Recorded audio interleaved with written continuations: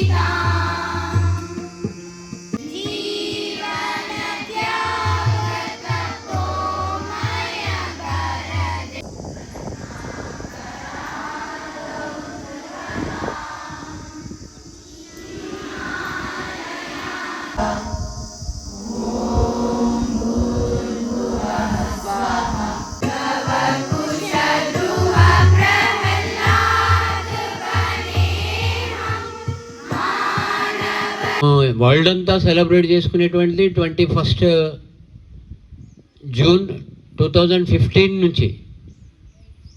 కానీ వేల సంవత్సరాల క్రితమే మనకు యోగా ఉంది. సారా పేరు కూడా పెట్టాడు, పతంజలి మహర్షి. ఎవరు అందరూ అనండి, ఇంకొకసారి అనండి, మరొకసారి అనండి, ఆఖరిసారి అనండి. ఆయన పేరు లేకుండా యోగా డే సెలబ్రేషన్ అనేటువంటిది పరిపూర్ణం కాదు. ఆయన ఒక సింపుల్గా చెప్పాడు, యోగేణ చిత్తస్య పదేణ వాచ మలం శరీరాంచ వైద్యకేన. యోగా అనేటువంటిది ఏం చేస్తుంది అని చెప్పేసి ఒక్క లైన్లో చెప్పేసేసాడు ఆయన. యోగా చేయడం వల్ల మన పదాలు, వ్యాకరణం అని చెప్తుంటారు కదా, వ్యాకరణం, పదేన వాచ, వ్యాకరణంతో కూడినటువంటి, స్పష్టతతో కూడినటువంటి ఒక మంచి మాటలు యోగా వల్ల సాధ్యమవుతుంది.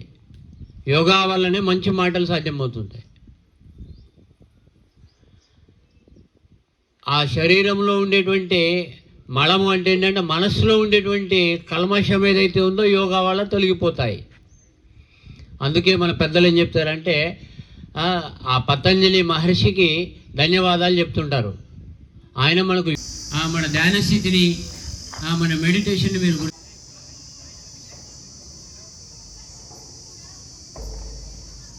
व्यायाम योग प्रकार 1.